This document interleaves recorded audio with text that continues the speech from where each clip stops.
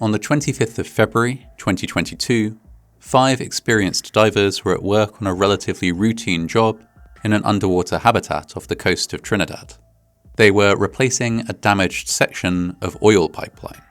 The habitat was well lit, dry and pressurized, a safe and comfortable platform from which to carry out their work.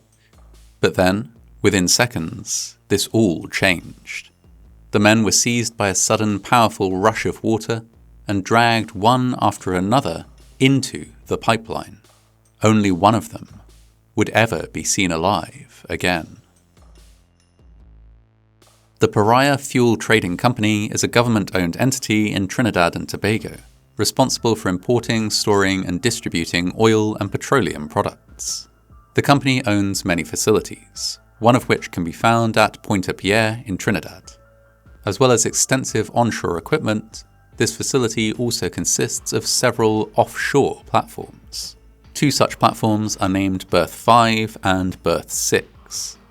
Ships dock at these berths to load or unload oil, which is pumped between platforms and to the shore through a system of pipelines.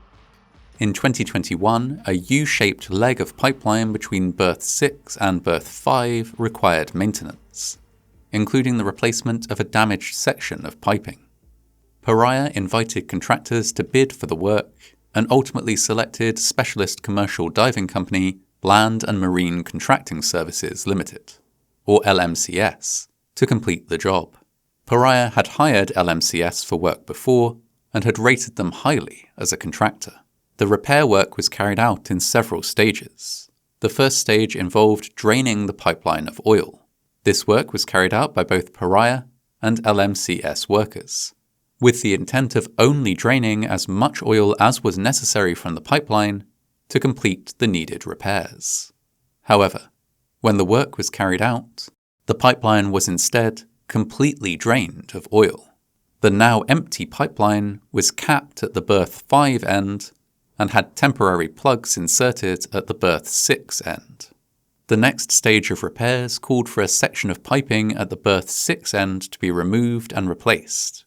To carry out this work, LMCS would use an underwater habitat, a chamber that could be lowered onto the pipe, surrounding it completely, then pressurized to drive out water from inside the chamber. This would then allow workers to carry out repairs on the pipeline in a safe, dry environment, without any need to wear diving gear as they worked. The LMCS crew that would carry out the repair consisted of 5 experienced divers: 31-year-old Yusuf Henry, 57-year-old Faisal Kurban, 40-year-old Christopher Boudram, 48-year-old Rishi Nagasar, and 36-year-old Kazim Ali Jr. On the 25th of February 2022, the men began work. They took a boat out to Berth 6, donned scuba diving gear, and descended into the underwater habitat approximately 18 meters below the surface.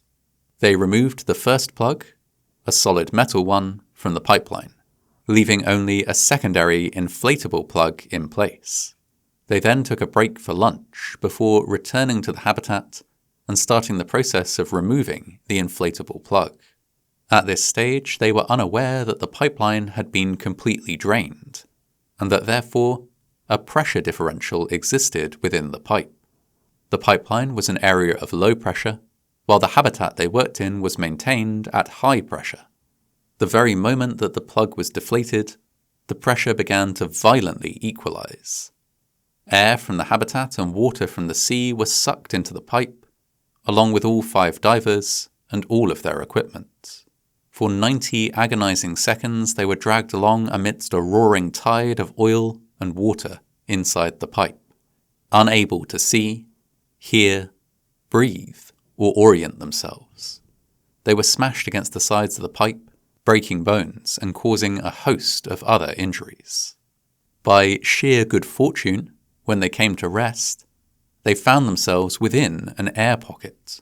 Some parts of the pipeline were just slightly higher than others due to the positioning of supports and the uneven sea floor, and in these sections, air pockets existed. The divers had ended up inside one such pocket. Confused, injured, and terrified, they took stock of their situation. They were all hurt to some degree. They had been sucked into the pipe an unknown distance, and did not know which way they were facing. They were confined to an underwater tube just 76 centimeters, or 30 inches in diameter, the inside of which was partially filled with oil and water, with no way of knowing how long the limited oxygen therein would last. The air pocket was a small one. On either side of them, the pipe was filled with water. They realized they would have to make a decision about which way to go. One direction led back to the habitat, while the other would take them towards berth 5, where the pipe terminated in an unmovable metal plate. If they entered the water and swam in the wrong direction, it would likely be the last thing they ever did. After some debate, they reached a unanimous decision and started to move, hauling their injured bodies painfully along the oil-coated pipeline. On the way, they discovered 2 oxygen tanks, pieces of their own equipment sucked into the pipe at the same time as them. Chris Boudram and Faisal Kurban took these tanks and entered the fully submerged section of the pipe. They swam into the blind darkness, breathing from the tanks in the hopes of reaching either the end of the pipe or a second air pocket. They just barely made it to a second air pocket. By this time, Faisal was exhausted and could not go further. Chris, however, discovered a 3rd oxygen tank and decided to press on into the next submerged section of pipeline. After swimming just a little further, he arrived at a bend in the pipe. He had reached an end, but he still did not know whether he had arrived at berth 5 or berth 6, or whether he was about to emerge into the habitat or encounter a solid metal plate. He swam upwards and, to his immense relief, broke the surface of the water. He was inside the habitat, but the water level within the pipe was too low for him to climb out, and it appeared that nobody was waiting for him there. Unknown to Chris, LMCS and Paria were searching for the missing divers, but were under the mistaken impression that they had been swept out to sea. As such, the habitat had been abandoned while personnel searched the surrounding area. Chris waited in the pipe, shouting and banging on the metal sides. Eventually, 3 hours after he was sucked into the pipeline, rescuers returned to the habitat and helped him clamber from the pipe along a length of chain. Chris was injured, exhausted, and covered in oil, but he made sure to convey the essential information that his colleagues were alive and trapped in the pipe. He was prevented from conveying more detailed information for some time, as, in 2021, COVID lockdown precautions were still in place, and there were strict rules preventing anyone accompanying him to hospital. Still, he had communicated enough to focus the rescue effort in the right place. Volunteer divers from the local community gathered at the scene, many of them prepared to enter the pipeline and attempt to rescue. A short preliminary dive into the pipe was carried out to assess conditions and remove some debris, and divers also examined the outside of the pipe, knocking on it and listening for a response to determine the exact position of the divers trapped within. Before an actual rescue could be attempted, however, Paria stepped in. They forbid any diver from entering the pipe, insisting that it was too dangerous. They did not know the conditions inside the pipe and believed another pressure differential could exist therein. They determined that for a safe rescue to take place, the pipe must first be inspected by a remote camera. Any attempts by divers to enter the pipe until this had happened were blocked. Around 12 hours after the start of the disaster, a remote camera robot was inserted, but it was unable to navigate past debris in the pipeline. The Paria incident commander decided to try and use the robot to survey the pipeline from the berth 5 end, and had the cap removed from the pipe at that site.